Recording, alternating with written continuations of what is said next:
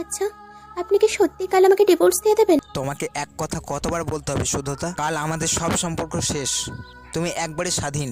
শেষ বেলাতেও আমার প্রতি এত ঘৃণা আপনার?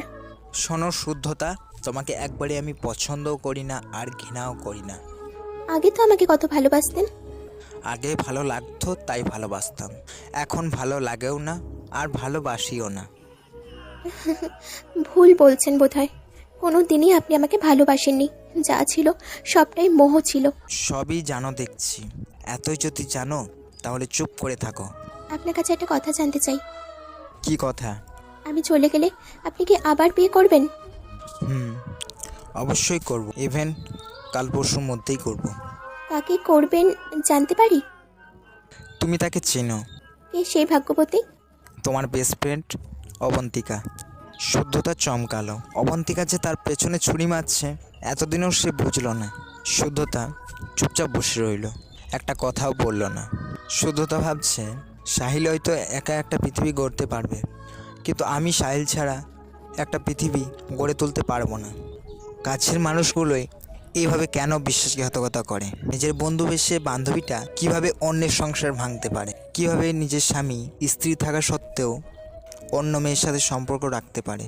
শুদ্ধতা নিজেই চোখে জল মুছে নিল।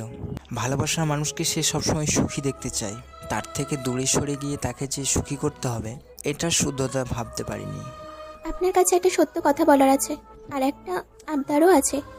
ধরে নিন এটাই আমার শেষ আবদার। বলো, কি বলবে? আর কি আবদার? ছাদে গিয়ে খানিক্ষণ বসি। আজ পূর্ণিমা, আকাশে অনেক মেঘও আছে। আপনি যেমন পছন্দ করতেন ঠিক তেমনই মেঘের ভেলা। হয়তো এই মেঘ ভেলাতেই কোনো এক সময় আপনি আমায় খুঁজে পাবেন। ঠিক আছে, চলো। তোমার আবদার পূরণ হয়েছে। হয়েছে। আচ্ছা, একটা কথা জিজ্ঞেস করবো আপনাকে। কি কথা?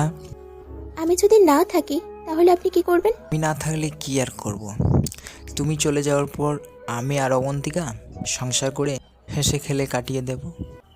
একদিন আপনি বলেছিলেন না, মেঘ ভেলায় আপনি আর আমি দুজনে মিলে একসাথে ঘুরবো। হয়তো মনে নেই আমার। আমি কিন্তু এতক্ষণ সেটা বলিনি। বলছি, আমি যদি এই পৃথিবীতেই না থাকি তবে।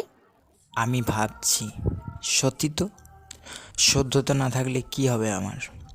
আমি অবন্তিকাকে বিয়ে করে সুখে থাকতে পারবো তো?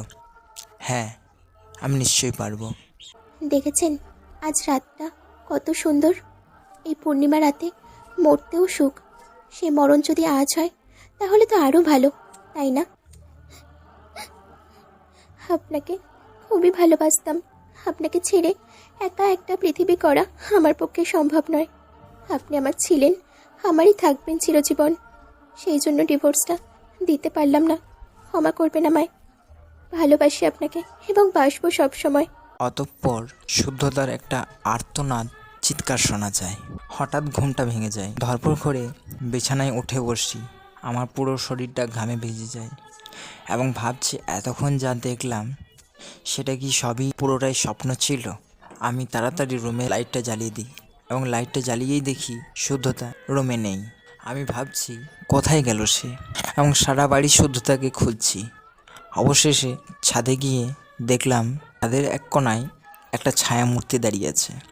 আমি কিছু না ভেবে সেই ছায়ামূর্তিটাকে জড়িয়ে ধরি। আমি জড়িয়ে ধরার সাথে সাথে বুকে একটা পরম আনন্দ উপভোগ করলাম এবং হাঁপাতে হাঁপাতে বললাম, তুমি এখানে কি করছো? আরে আরে, কি হলো তোমার? তুমি এভাবে হাঁপাচ্ছ কেন? কিছু না। তুমি ছাদে এসেছিলে কেন? জানো আমি কতটা ভয় পেয়ে গিয়েছিলাম। আসলে ঘরের মধ্যে খুব গরম লাগছিল। ফ্যানের হাওয়াটাও কেমন অস্বস্তি লাগছিল, তাই ছাদে হাওয়া খেতে এসেছিলাম। কিন্তু তুমি এমন করছো কেন? আমি খুব ভয় পেয়ে গেছিলাম। হঠাৎ ঘুম থেকে উঠে দেখি তুমি আমার পাশে নেই, তাই খুব ভয় পেয়ে গিয়েছিলাম। কেন মশাই, আজ সন্ধেবেলার ঘটনাটা ভুলে গেলেন? না, মোটেও ভুলিনি। এজন্য ভয়টা আরও বেশি করে পেয়েছিলাম। আমাকে হারানোর এতটাই যখন ভয়, তাহলে আমার সাথে এমনটা করো কেন? আমি অনেক বড় ভুল করে ফেলেছি, আমাকে ক্ষমা করে দাও। আমি এইভাবে তোমাকে আর কিচ্ছু বলবো না। মনে থাকবে তো? সোনা, মনে থাকবে। হুম, গুড বয়। আজকের পর থেকে আমি আর অন্য কোনো মেয়ের দিকে ফিরে তাকাবো না। তোমাকে আমি খুব ভালোবাসি শুদ্ধতা। আমি বুঝতে পেরেছি তোমাকে ছাড়া আমি একদমই নিঃস্ব। আমিও তোমাকে খুব ভালোবাসি সাহিল। আচ্ছা, কিন্তু হঠাৎ করে তুমি তোমার ভুলটা কি করে বুঝতে পারলে? রুমে চলো, তোমাকে আমি সব খুলে বলছি।